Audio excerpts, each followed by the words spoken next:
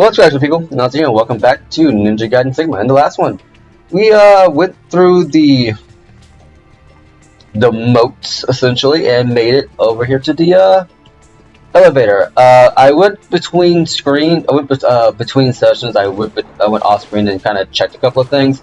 Yeah, I was off the mark, so we're just gonna keep on going. And if I'm correct, where we're at right now is right at the end of the level. So let's finish it up, shall we?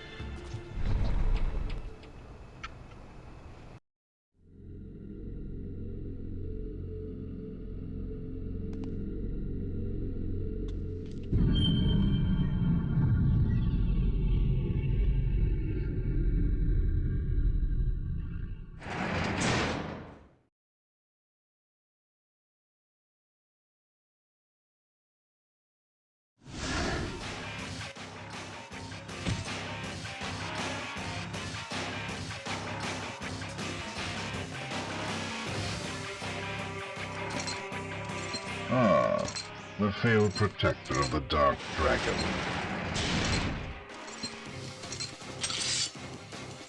Must I take your life yet again? Okay, so now we gotta fight Doku. Okay,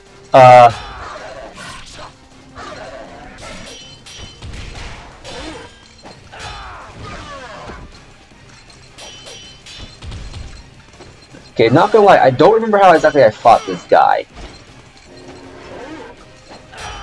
He has a grapple move, as you can see, and he's very likely to hit you with his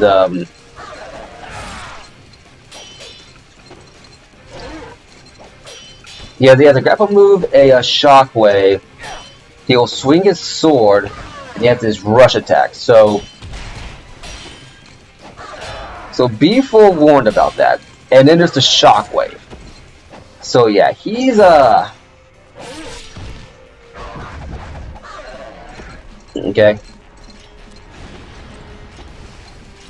And then the full faceplate off and start breathing fire at you. So you want to avoid getting grappled by him, because I believe he actually uses your health to restore his own.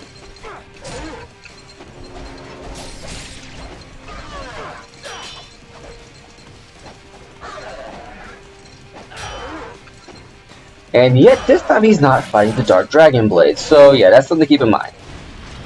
Now, I want to remind you that he's not going to one-hit kill you this time, because he doesn't have the Dark Dragon Blade on him to one-hit kill you with. Yeah, see right there, he's not. He took away some of my health. So we're just going to go ahead and cheat this out a little bit, because oh no way, he blocked it.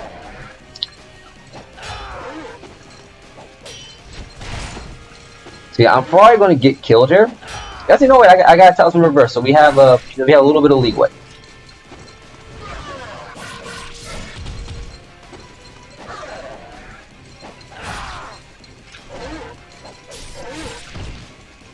Like I said, we got one, so we have a bit of an extra leeway here.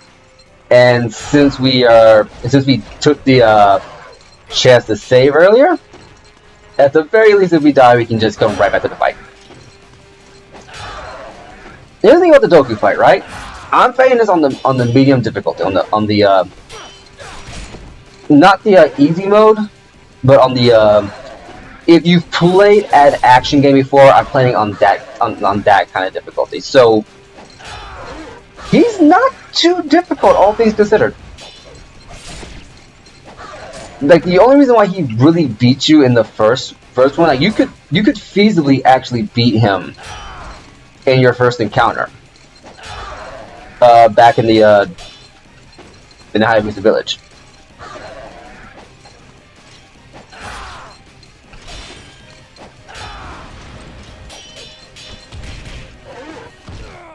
Really? I was actually enraged for him to grab me. That's some BS right there. Actually, I'm not gonna lie. I'm actually kind of mad about that. So yeah, no, you can, like I said earlier, when we first fought at the very beginning of the game, you can beat him, no problem. Like, if it's your first time playing Ninja Gaiden, obviously you're gonna have a bit of a hard time dealing with him. But Otherwise, yeah. And then I made the mistake of using my great elixir when I didn't need to. So go ahead and try to skip through this. And of course, with Rachel in the background, they couldn't resist the urge to make her jiggle. The things you can get away with nowadays that you really can't anymore. Oh man, could you imagine this game coming out? Well, I mean, technically not re-released, but could you imagine this game first being like released nowadays? Look, I'm gonna need you to stop trying to grab me because I'm not doing it. Like, I'm not feeling it. Because I guarantee you, Rachel would single-handedly get this game like canceled, and I don't really like that because it's like it's just them having fun, and she's not a real character, so who cares, you know? It's literally polygons. But yeah, no, I mean, yeah, but yeah, what you're seeing here is pretty much the extent of the fight of what you would have gotten, I believe, if you fought him wholesale at the beginning of the game. Okay, I'm getting my butt handed to me. The shockwave is the real pain here, if you ask me.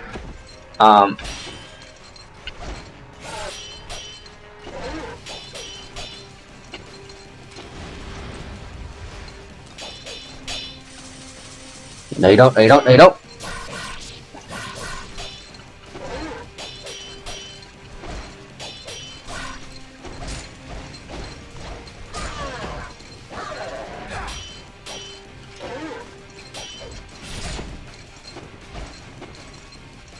See, halfway down, he's already taken 2 of my health bars. Okay.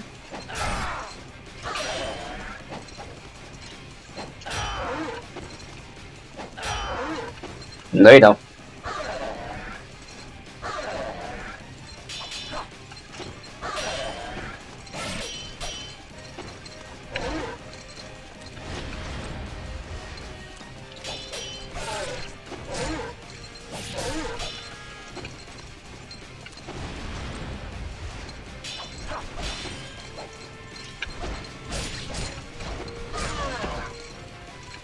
Yeah, I am going to barely survive this, but that's fine. Ha, I have a reverb talisman. Joke's on you.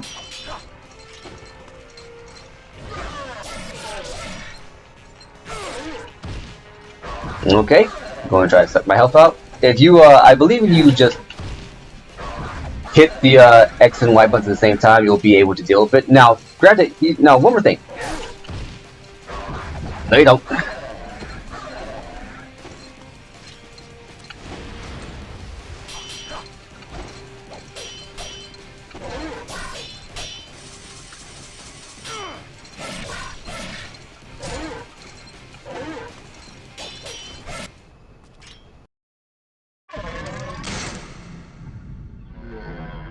Where is the Dark Dragon?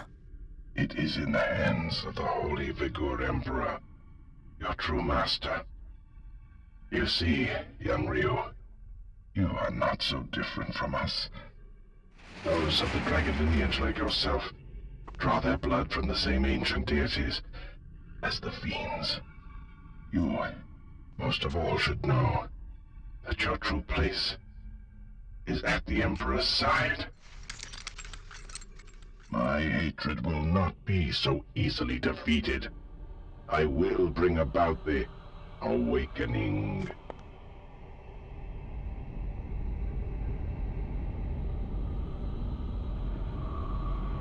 Pitiful woman. Your sister must be quite precious to you. Fiendish awakening.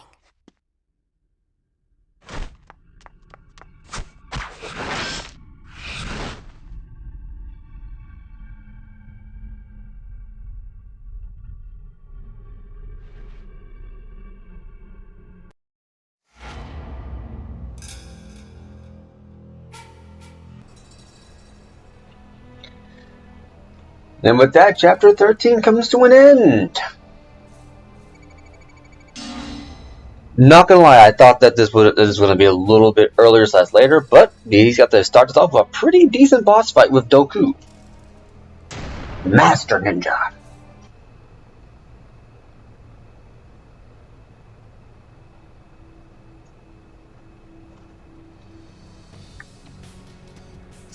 Chapter 14: The Ancient Twin Deities. Rachel follows Lord Doku, who now takes the form of a vengeful spirit. As she enters the torn fabric of space and time, what horrors await her?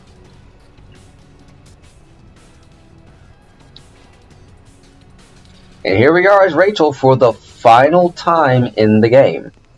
Yeah, this is Rachel's this is our last time playing as Rachel, and if you may have noticed, her Warhammer is actually maxed out.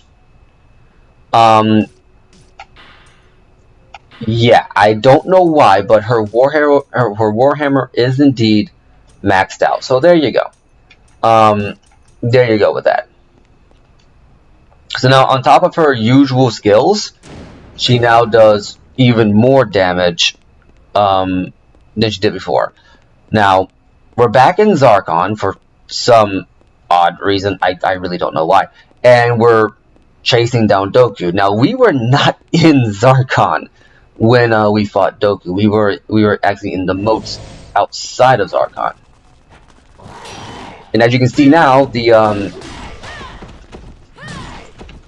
soldiers now take on a fiendish appearance. Now, you remember in the earlier part, we actually found a book in the monastery that hinted very heavily that there were some people, some members of the Vigor lineage, Vigor people, who derived their bloodlines from the fiends. And Rachel, we know that she has fiend blood in her thanks to, knowing her sister. So, as a result, I don't think you can go back there. I think these are... Get these guys again. But yeah, no. As a result, she has enhanced abilities and strength as a result of her fiend blood.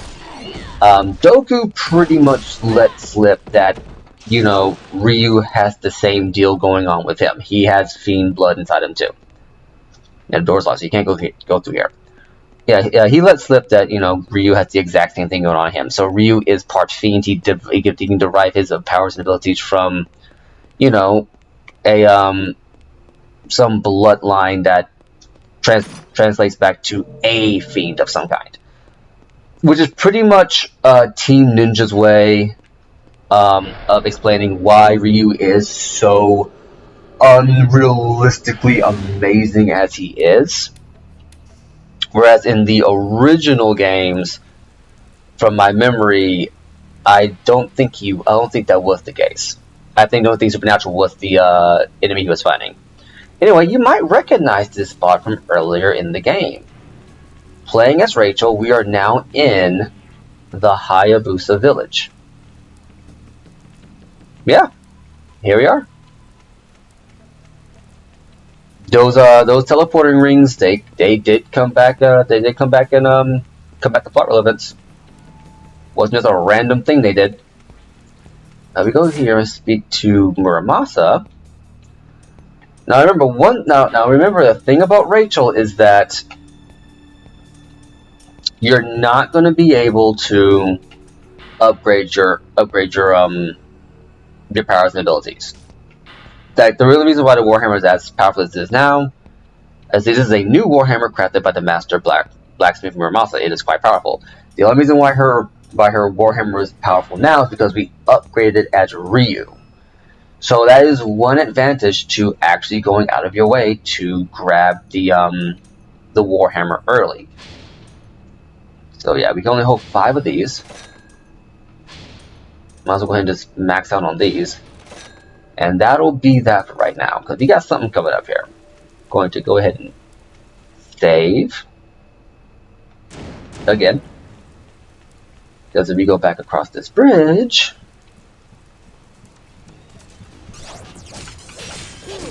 as you can see, some of the enemies that Ryu fought while he was here are still around.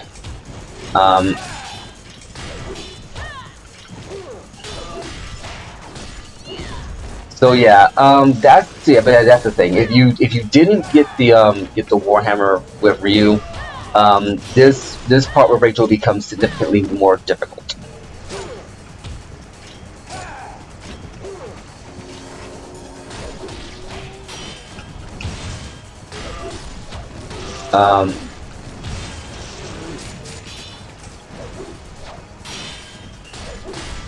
There you go.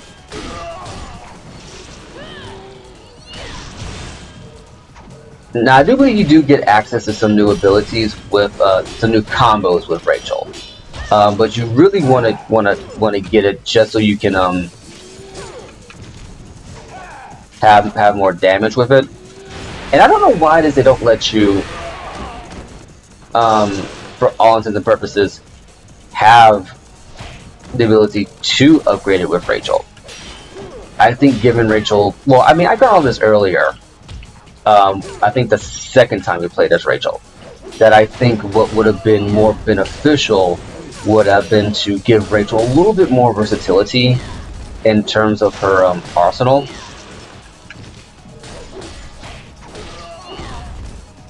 So as it stands right now, all she has in terms of like weaponry is her grappling hook, which, you know, isn't a bad move, but is not something I would rely on myself. And her Warhammer, which, yeah, is a powerful ability, but she also has a blade on her,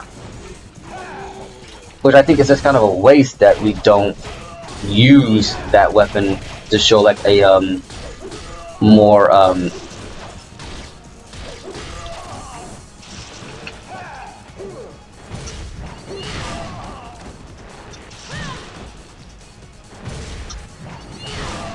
to show a more, you know, experienced, essentially,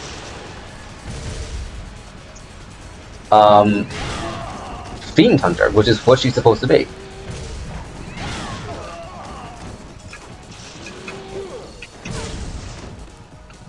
But instead, she only has like one weapon that she's really, really powerful with, you know. Because I'm just saying right now, her shock and awe as being the powerhouse kind of wears off the moment Ryu gets his big F off Buster Sword, you know.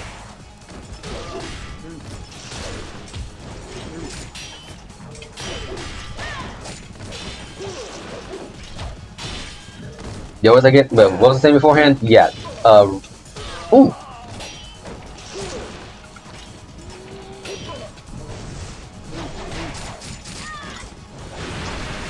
Okay. A little bit more breathing room here because they are starting to make it kind of hard here.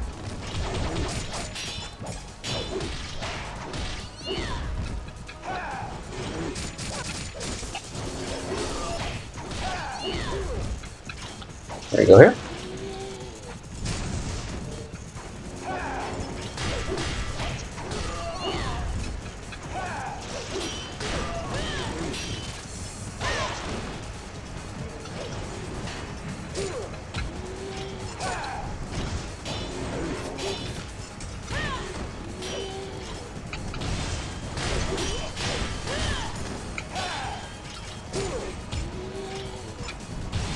Okay, come on.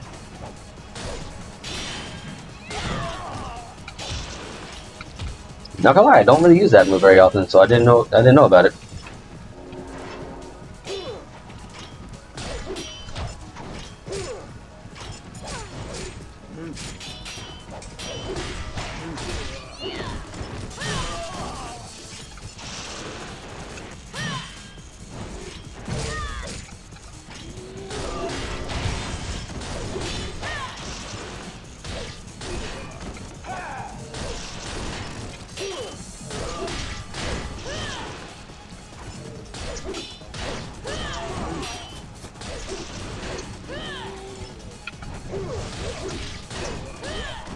But yeah, going off that, I just kind of wish we had a little bit more versatility with Rachel, and it's something that I feel like Ninja Gaiden struggles with when they do extra characters. Sorry with Fighter for a second, I just kind of forgot to talk. I'm not gonna lie. I guess I didn't get to talk. I just kind of figured I was going through another playthrough like I usually do. Well, there's no enough to the game, but it's something that I feel Ninja Gaiden struggles with when it comes to their extra playable characters. Yeah, they get some decent moves and stuff, but it's almost like they're kind of an afterthought. And yes, I do believe Rachel's new ult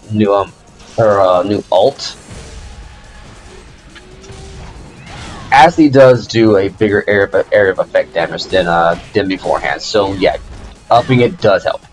But I feel like it's something they neglect, because all they really do is they give them, you know, for all of the purposes, just a variation of Ryu's moveset, and just go from there. You know, I mean, in some instances they give like each character like different properties to their abilities, but I don't feel it's enough to distinguish them. I think what would be more interesting is you know, like with Rachel, give her 2 melee weapons to use, or you know, give her some like martial arts that she can use, like show us her using her bare hands to utterly decimate fiends. Like, how amazing would it be to see this meaty woman, like this mighty woman, to wield a giant F off, you know, battle axe. Oh, we're fighting the Galactic Fire Clan now. Interesting. And see her essentially take on like those big red fiends with nothing but her bare hands. That would be amazing. You know, and it would just kind of help give some variety. And since, oh well, this is what we got here. We got a new hairstyle. Yeah, all that for hairstyle. I'm not even making that up. Shortly blonde hair. So this is what Rachel looks like now. Gonna go ahead and run this for a little bit, but yeah, I mean, it would just, in my opinion, be more interesting to see that pan out. Let's see, we're gonna go ahead and get some more, because man, oh man, did we get quite a number of stuff here. And how many of these can we get? 3. Okay, so yeah, that's not bad. That is not bad at all. But yeah, no, it would just be, in my opinion, really, really nice to see just more from Rachel in that regard, and more from the other characters too. Like in Ninja Gaiden 2, we got to play as Momiji. I think Ninja Gaiden 2 was Momiji's debut into the world of Ninja Gaiden Dead or Alive. Because after Ninja Gaiden 2, she made another appearance in 3 as a playable character, and then she became a playable character in Dead or Alive 5. She had a pretty interesting moveset. I never really mained her, but I do remember her moveset being pretty interesting.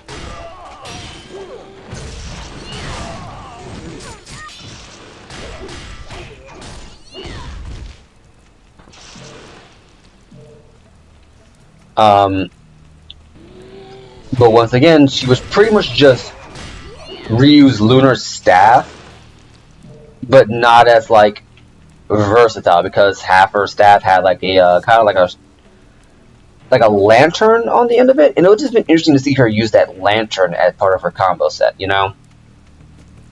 But what do I know? I'm just a guy who plays video games for a living. I can go here. We get a Lictor Devil's Way. There's another Lictor of Light, so we can use this here. And there's the Muramasa shop from earlier. So yeah. I don't believe you can interact with any of these weapons. I believe only Ryu could. And then we just hit up this. And then also again, Ninja Gaiden 2, you know, that was Ayani's debut as a playable character in Ninja Gaiden. Now, she had already been a playable character in Dead or Alive at that point. I think she was in like Dead or Alive 2 and Dead or Alive 3 before she was a playable character in Ninja Gaiden 2.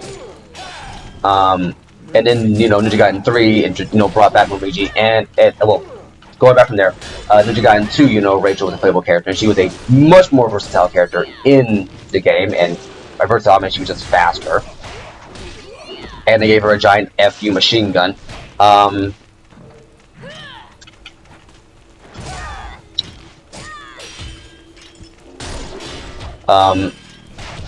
And then in 3, Rachel is conspicuously missing, and it's just literally Momiji, Kasumi, and Ayane as playable characters. So that's unfortunate, but it is what it is. Thing around here, and yeah, that's just kind of how it ended,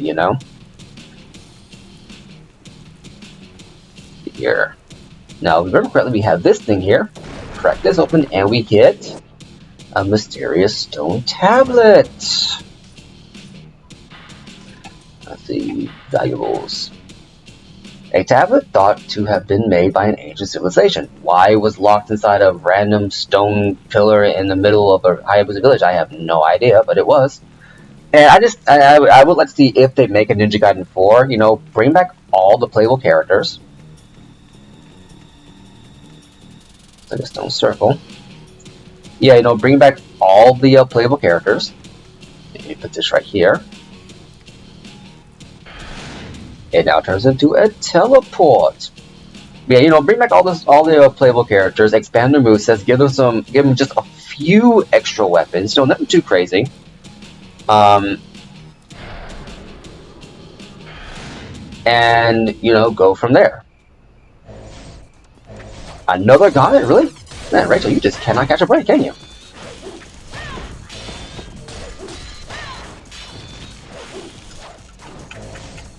There we go. Because here's the thing about Ninja Gaiden, right? Over the course of the series, you'll notice this when we get to 2 as well.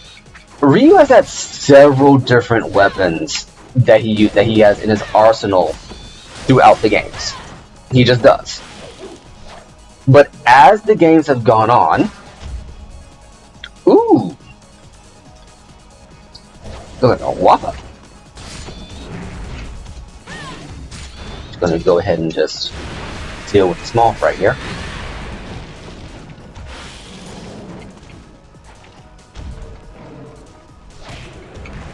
Oh, knocked off his headdress.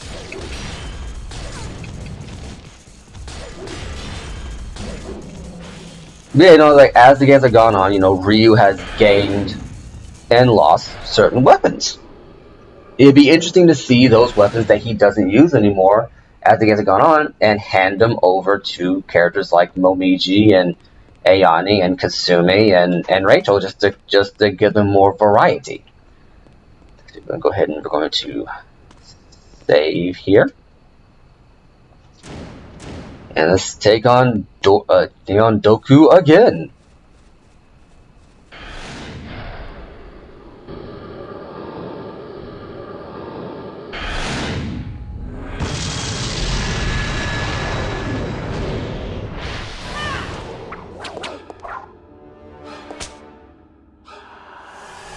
Psych! We're fighting the Fiend Sisters again. Not again, we're fighting for the first time. So, here's the thing about this fight. You can win this fight. It's a very hard boss fight. And a lot of them, and they both use, well, I'll say they both use, but one of them pretty much uses Alma's,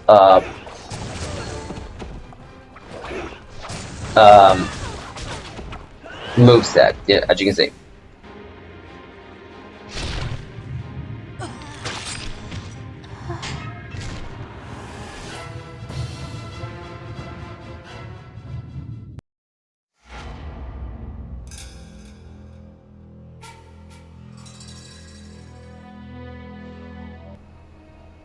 And that's chapter 14. Not too bad, not too long.